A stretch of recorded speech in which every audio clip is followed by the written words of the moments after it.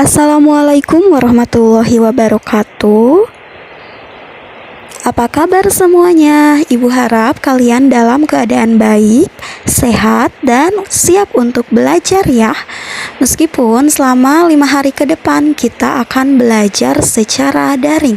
Mudah-mudahan tidak menyurutkan semangat kalian untuk belajar di rumah, dibimbing oleh ayah dan bunda. Jangan lupa juga selalu belajar membaca. Terima kasih yang sudah hadir hari ini. Jangan lupa isi presensi kehadiran di kolom komentar supaya nanti ibu tahu nih siapa aja yang rajin hari ini yang hadir dan menyimak pembelajaran di hari ini sampai dengan selesai. Hari ini kita akan belajar tema 7 tentang benda, hewan, dan tanaman di sekitarku. Subtema 4, bentuk, warna, ukuran, dan permukaan benda masuk di pembelajaran terakhir, pembelajaran ke-6. Simak sampai dengan selesai ya. Benda memiliki ciri dan kegunaan yang berbeda-beda. Ciri dan kegunaan benda berkaitan dengan bahan benda. Ada benda yang terbuat dari karet, kaca, atau kertas. Ada juga benda yang terbuat dari kayu, logam, kain, dan plastik. Tahukah kamu terbuat dari apa benda di bawah ini? Adakah bahan benda lainnya? Coba sebutkan. Ya, misalnya ini ada gambar sepeda. Dari sepeda kita bisa lihat beberapa bagian sepeda dan berbeda bahannya. Yang pertama, pada stangnya ini terbuat dari logam. Kemudian pada tempat duduknya itu terbuat dari plastik. Lalu bannya terbuat dari karet. Nah, ini contoh beberapa bagian dari sepeda. Kemudian di sini tidak dijelaskan lagi untuk yang lainnya.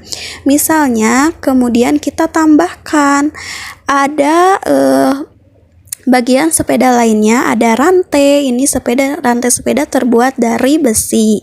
Kemudian handle stang terbuat dari plastik dan ada juga yang terbuat dari besi dan lain sebagainya. Coba perhatikan gambar berikutnya. Kita akan bersama-sama mencari tahu sebenarnya benda berikut terbuat dari apa ya. Ya, yang pertama ada botol. Botol itu terbuat dari plastik. Lalu kedua ada buku. Buku itu terbuat dari kertas, sedangkan kertas sendiri terbuat dari kayu. Kemudian yang ketiga ada penghapus. Tahu nggak? Si penghapus ini terbuat dari apa? Ya, benar. Terbuat dari karet. Kemudian yang keempat, cangkir terbuat dari tanah liat. Ada yang terbuat dari plastik juga ya. Lalu kelima, ada panci, ini terbuat dari aluminium. Keenam, selimut itu terbuat dari kain. Ketujuh, kursi itu terbuat dari kayu. Dan terakhir, wajan terbuat dari logam. Jadi, benda-benda di sekitar kita, baik di sekolah maupun di rumah, ada bahan penyusunnya. Misalnya ya tadi, meja, kursi itu terbuat dari kayu ya. Mengapa jendela terbuat dari kaca? Jendela terbuat dari kaca supaya apa? Supaya tidak mudah pecah atau rusak. Lalu cahaya matahari dari luar pun itu bisa masuk ke dalam rumah itu. Ya, itu alasan mengapa jendela terbuat dari kaca. Lalu di sini ada lagi pertanyaan, mengapa rumah tidak terbuat dari kertas? Ya, kalau terbuat dari kertas, ketika hujan turun itu bisa rusak kan ya.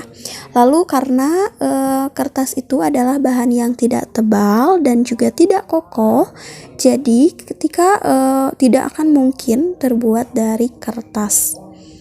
Terakhir, mengapa kursi dibuat dari kayu atau plastik? Nah, ini ada alasannya, ada beberapa alasan. Yang pertama, kursi itu terbuat dari plastik atau kayu supaya kuat dan bisa menahan berat orang yang mendudukinya. Itu alasannya kursi terbuat dari plastik atau kayu, karena bahannya itu kokoh dan kuat. Kalian bisa mengisi tabel berikut dengan benar. Ibu akan jelaskan dulu, kemudian nanti kalian lanjutkan ya. Misalnya, nama bendanya gelas. Gelas itu terbuat dari kaca, ciri-cirinya apa? Oh ya, gelas itu bening, keras, permukaannya halus, dan kegunaannya sebagai tempat air. Kemudian yang kedua ada lemari kelas. Coba kalian perhatikan lemari yang ada di kelas terbuat dari apa?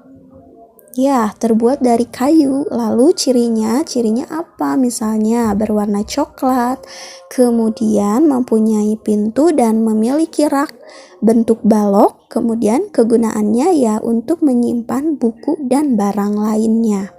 Lalu untuk contoh yang ketiga, ini adalah gambar pintu kelas.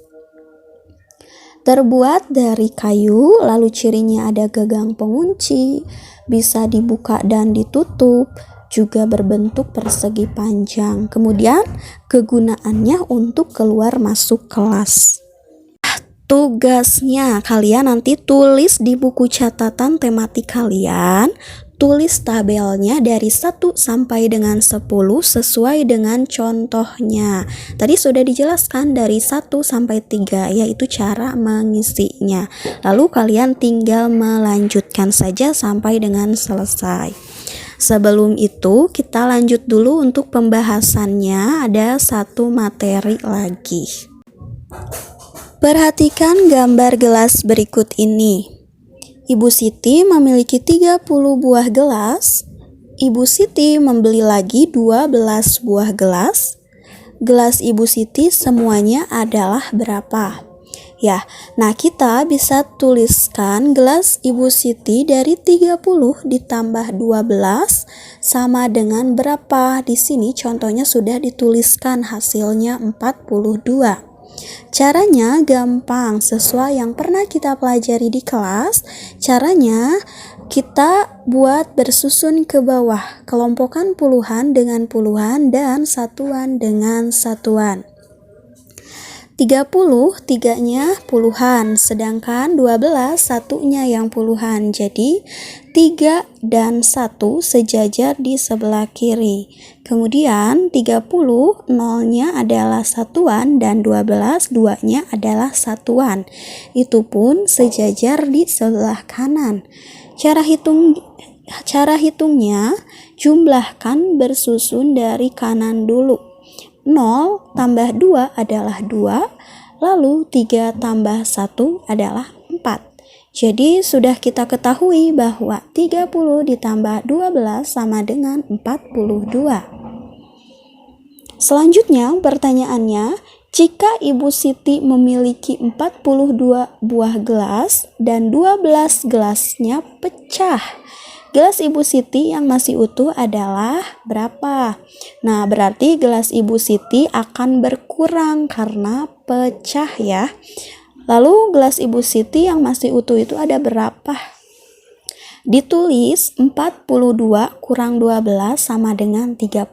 Ini udah ada di contohnya. Caranya sama seperti yang tadi bersusun ke bawah, hanya yang membedakan ini dikurangi.